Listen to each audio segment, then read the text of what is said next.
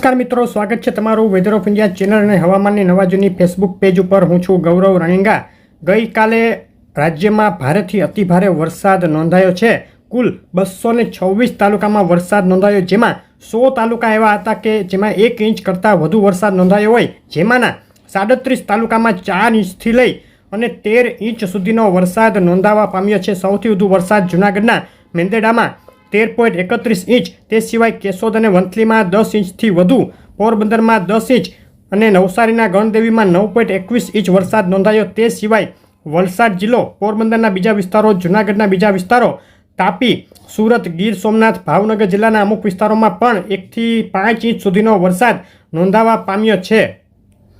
હવે આજે આપણે વાત કરશું આજે 21 ઓગસ્ટ અને આવતીકાલે 22 ઓગસ્ટની સવાર સુધીમાં કયા વિસ્તારોમાં વધુ વરસાદની શક્યતા. તો તે પહેલાં જે મિત્રો નવા હોય, પહેલીવાર વિડીયો જોતા હોય તેઓ ખાસ ચેનલ સબસ્ક્રાઈબ કરવાનું, ફેસબુકના મિત્રો પેજ ફોલો કરવાનું ભૂલશો નહીં.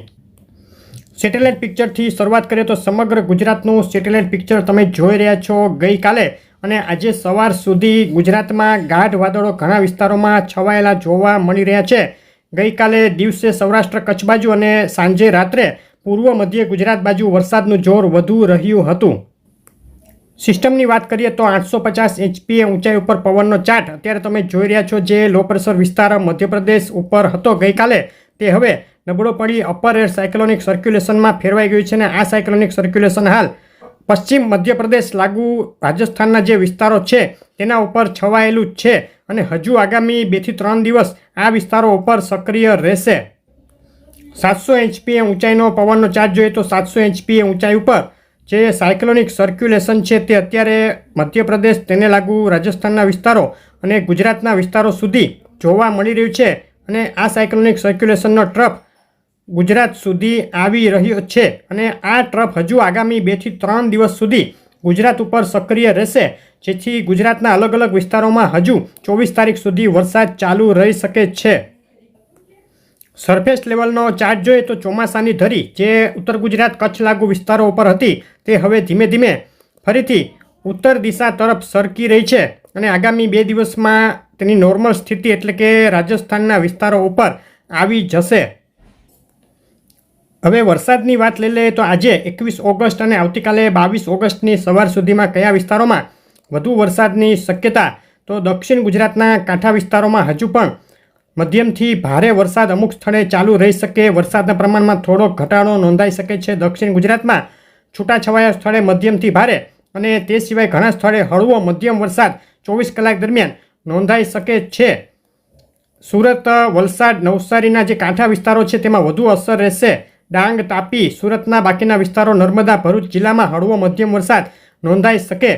મધ્ય ગુજરાત અને પૂર્વ મધ્ય ગુજરાતની વાત કરીએ તો વરસાદના વિસ્તારોમાં થોડો વધારો થઈ શકે. આ વિસ્તારોમાં દાહોદ, પંચમહાલ, મહીસાગર, અરવલ્લી, ગાંધીનગર, આણંદ, વડોદરા, છોટાઉદેપુરના વિસ્તારોમાં ઘણા સ્થળે હળવો મધ્યમ વરસાદ આવતી 24 કલાક દરમિયાન નોંધાઈ શકે અને અમુક સ્થળે 3 ઇંચથી વધુ વરસાદની શક્યતા પણ ગણી શકાય છે. આ વિસ્તારોમાં ઉત્તર પૂર્વ ગુજરાતના બાકીના વિસ્તારો એટલે કે મહેસાણા અને સાબરકાંઠાની વાત કરીએ તો ત્યાં પણ હળવો મધ્યમ અને એકલ દોકલ સ્થળે ભારે તેવો વરસાદ આવતી 24 કલાક દરમિયાન ચાલુ રહી શકે છે. વરસાદના વિસ્તારોમાં અહીં પણ પાછલા દિવસો કરતાં થોડો વધારો નોંધાઈ શકે છે. બનાસકાંઠા અને પાટણના છૂટાછવાયા વિસ્તારોમાં હળવો મધ્યમ વરસાદ અને એકલ દોકલ સ્થળે ગાજવીજ સાથે 2 ઇંચથી વધુ વરસાદની શક્યતા ગણી શકાય છે. સૌરાષ્ટ્રમાં અમરેલી, બોટાદ, ભાવનગરના વિસ્તારોમાં છૂટાછવાયા સ્થળે હળવો મધ્યમ વરસાદ અને હળવા ભારે ઝાપટા આગામી 24 કલાક દરમિયાન નોંધાઈ શકે. 1 થી 2 ઇંચ સુધીનો વરસાદ કેટલાક સ્થળે આ જિલ્લાઓમાં જોવા મળી શકે. તે સિવાય રાજકોટ, સુરેન્દ્રનગર જિલ્લાના વિસ્તારો, મોરબી, જામનગરના વિસ્તારોમાં પણ છૂટાછવાયા સ્થળે હળવો મધ્યમ વરસાદ અને એકલ દોકલ સ્થળે 2 ઇંચથી વધુ તેવો વરસાદ નોંધાઈ શકે. જૂનાગઢ, ગીર સોમનાથ જિલ્લામાં પણ પાછલા 2 દિવસ કરતાં વરસાદના વિસ્તારોમાં થોડો ઘટાડો થાય અને વરસાદના પ્રમાણમાં પણ થોડો ઘટાડો થાય. હળવો મધ્યમ અને એકલ દોકલ સ્થળે ભારે વરસાદ જેવો વરસાદ ચાલુ રહેશે. પશ્ચિમ સૌરાષ્ટ્રમાં પણ છૂટાછવાયા સ્થળે હળવો મધ્યમ અને એકલ દોકલ સ્થળે 2 ઇંચથી વધુ 3 ઇંચ આસપાસનો વરસાદ હજુ પણ નોંધાઈ શકે છે. કચ્છમાં છૂટાછવાયા સ્થળે હળવા મધ્યમ વરસાદના ઝાપટા અને એકલ દોકલ સ્થળે 1 થી 2 ઇંચ સુધીનો વરસાદ નોંધાઈ શકે છે. ટૂંકમાં સૌરાષ્ટ્ર બાજુ વરસાદના વિસ્તારોમાં ઘટાડો થઈ શકે.